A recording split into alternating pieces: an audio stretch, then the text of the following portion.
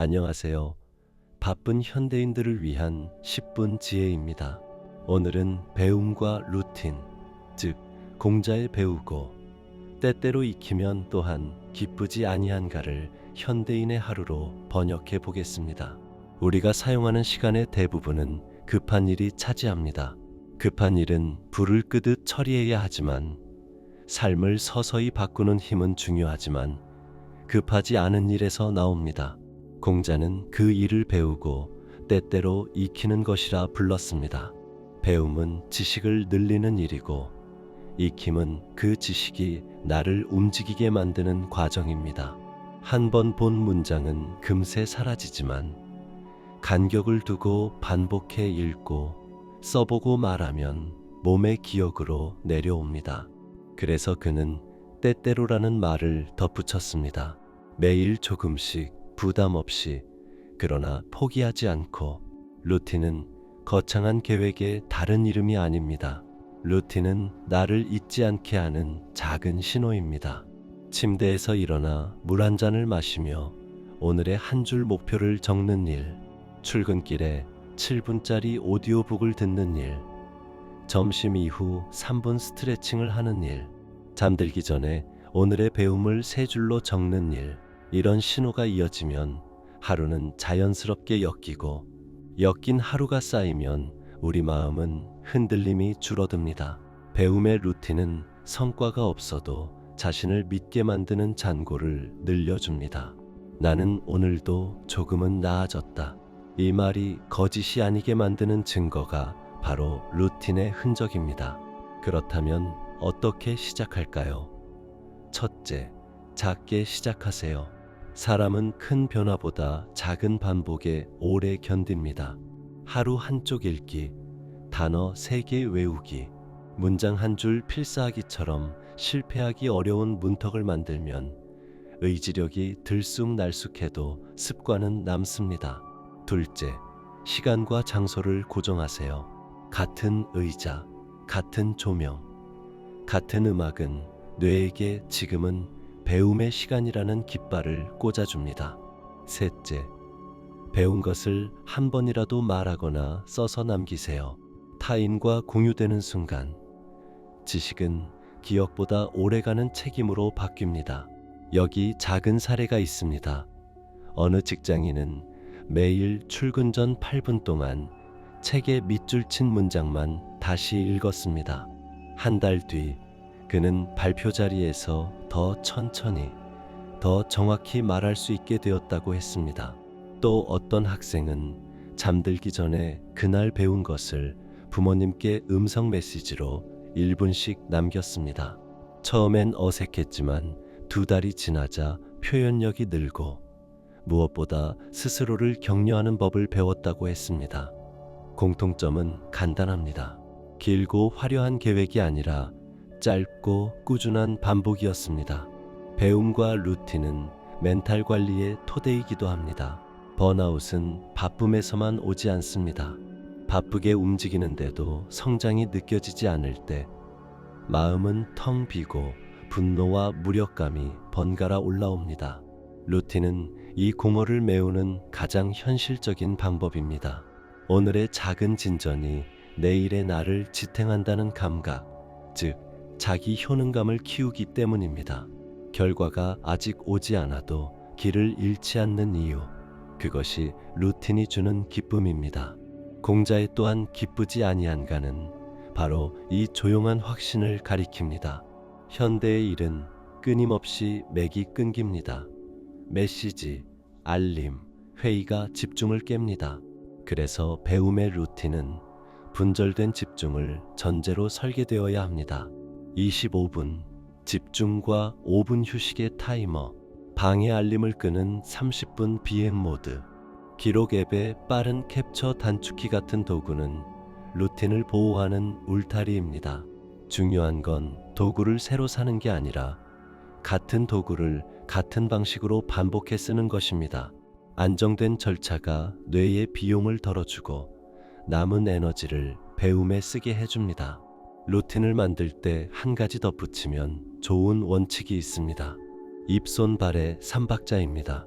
입은 배운 것을 소리내어 말하는 것, 손은 적고 그려서 외부화하는 것, 발은 작은 행동으로 옮기는 것입니다. 예를 들어 오늘 읽은 구절을 친구에게 30초로 설명하고 노트에 핵심 키워드 3개를 적고 내일 아침 그중 하나를 실천 과제로 정하는 것입니다. 말하고 남기고 움직이는 이 3박자만 지켜도 배움은 삶에 스며듭니다. 또 하나, 루틴은 나에게 맞아야 합니다. 아침형 인간이 아니어도 됩니다. 어떤 이는 밤 11시의 고요가 더 잘 맞고 어떤 이는 점심 산책 12분이 최고의 시간입니다. 중요한 건 언제든이 아니라 언제나입니다. 내가 지킬 수 있는 최소 단위를 찾아 그 자리를 비워두는 것, 즉 스스로에게 약속된 시간대를 선물하는 일입니다. 그 약속은 크지 않아도 나를 존중한다는 감각을 회복시킵니다. 자기 존중감은 타인의 인정을 기다리는 시간을 줄여줍니다. 가끔은 의욕이 전혀 없을 때가 있습니다. 그럴 땐 루틴의 질이 아니라 존재만 지키세요. 아무것도 하기 싫다면 책을 펴고 첫 문장만 읽고 덮어도 됩니다. 노트를 열어 날짜만 쓰고 닫아도 됩니다. 0분과 3분의 차이는 작아 보이지만 끊어지지 않았다는 심리적 연속성이 다음 날의 회복 탄력성을 높입니다. 루틴은 기록이 아니라 연결입니다. 연결만 유지하면 속도는 어느 날 자연히 올라옵니다. 이제 오늘의 실천을 정리해 보겠습니다. 아침엔 한 줄 목표, 낮엔 짧은 메모, 밤엔 3줄 복기. 이 3가지가 배움의 최소 루틴입니다. 한 줄 목표는 오늘의 초점을 만들어주고, 낮의 메모는 관찰력을 길러주며, 밤의 복기는 익힘을 완성합니다. 여기에 주말 15분만 투자해 주중 기록을 훑어보면 작은 점들이 선이 됩니다. 선이 방향이 되고 방향은 우리를 지치지 않게 합니다. 방향을 가진 속도는 천천히 가도 멀리 갑니다. 마지막으로 마음의 문장을 하나 제안합니다. 나는 오늘도 배웠고 조금 더 선명해졌다. 이 문장을 잠들기 전 속으로 천천히 읊조려 보세요. 오늘이 뜻대로 흐르지 않았더라도 배움의 흔적이 한 줄이라도 있다면 그날은 헛되지 않았습니다. 배움은 삶을 곧게 세우고 익힘은 그 삶에 숨을 불어넣습니다.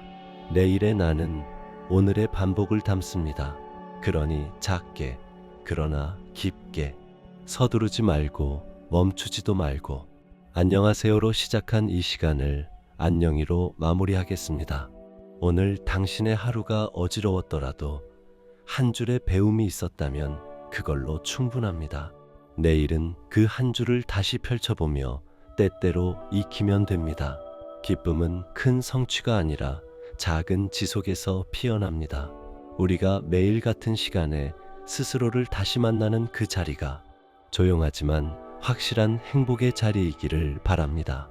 덧붙여 배움의 루틴을 이어가려면 작은 마찰을 줄이는 일이 중요합니다.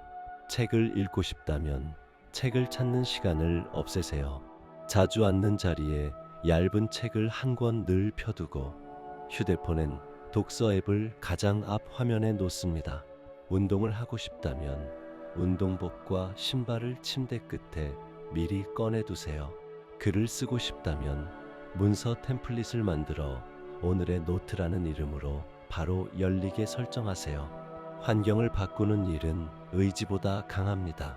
의지는 소모되지만 환경은 습관을 밀어줍니다. 또 하나, 배움의 깊이는 질문에서 자랍니다. 같은 문장을 읽어도 좋다에서 끝나면 기억이 얕고 왜 좋지? 어디에 쓸 수 있지? 라고 묻는 순간 기억은 뿌리를 내립니다. 질문은 지식의 방향을 부여합니다. 오늘 읽은 한 단락에서 내일 실험할 것을 하나만 골라보세요. 예컨대 업무 시작 전 3분 동안 오늘의 핵심 결과를 손글씨로 적기 같은 사소한 실험도 좋습니다. 실험은 실패해도 배움이 남고 성공하면 루틴이 늘어납니다. 배움에는 느린 시간도 필요합니다. 빨리 읽고 빨리 넘기는 속도는 때로 이해를 흩뜨립니다. 어떤 문장은 천천히 읽어야만 보이는 결이 있습니다. 숨을 깊게 들이쉬고 내쉬며 소리내어 한번 읽어보세요. 소리가 의미를 다듬고 말의 리듬이 사유의 리듬이 됩니다. 공자도 배움을 입으로 외우고 몸으로 익히는 방식을 중시했습니다. 입과 귀, 손과 눈이 함께 움직일 때 우리는 더 오래, 더 푸르게 기억합니다. 관계 속 배움도 빼놓을 수 없습니다. 벗이 먼 곳에서 찾아오면 즐겁지 아니한가. 같은 관심사를 가진 사람과 정기적으로 대화를 나누면 지식은 혼자만의 취미에서 함께 걷는 길이 됩니다. 한 달에 한 번 30분의 독서 통화나 스터디를 잡아보세요.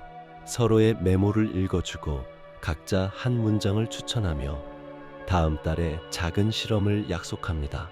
타인의 시선은 우리의 맹점을 밝혀주고 함께 정한 약속은 우리를 나태함으로부터 구해줍니다. 그리고 무엇보다 배움은 나를 부드럽게 합니다. 더 알수록 단정 짓지 않게 되고 더 익힐수록 말이 조심스러워집니다.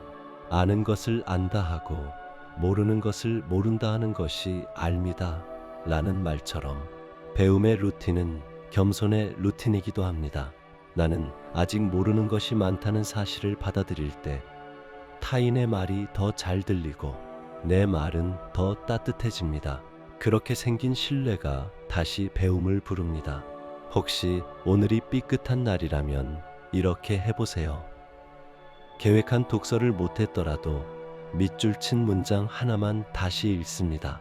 운동을 걸으면 계단을 한 층만 더 걸어 올라갑니다. 글을 못 썼다면 단어 3개만 기록합니다. 포기와 지속의 경계는 멀리 있지 않습니다. 아주 작은 행동 하나가 내일의 길을 열어줍니다.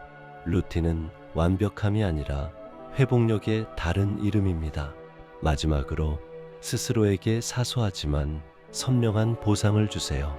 아침 루틴을 지킨 날에는 좋아하는 차를 한 잔, 저녁 복기를 마친 날에는 휴대폰을 10분 더 멀리 두고 깊은 숨을 3번. 보상은 유혹을 멀리하는 기술이 아니라 내가 지킨 약속을 몸이 알아차리게 하는 표시입니다. 몸이 기쁨을 기억하면 마음은 그 길을 다시 찾습니다. 끝으로 한 달에 한 번은 루틴을 가볍게 점검해 보세요. 유지, 삭제, 추가의 3칸을 만든 뒤 나에게 힘을 주는 루틴은 유지, 의미가 옅어진 루틴은 과감히 삭제, 요즘에 나에게 필요한 루틴은 아주 작게 추가합니다. 루틴은 신념이 아니라 도구이므로 나에게 맞게 바뀌어야 더 오래 갑니다. 가볍게, 유연하게, 그러나 성실하게 작은 배움 하나가 내일의 선택을 더 선명하게 합니다. 선명함이 곧 평안입니다. 오늘도 자신을 응원하는 쪽으로 한 걸음 더 가보세요. 저는 또다시 여러분들 위해 찾아오겠습니다. 좋은 하루 되세요.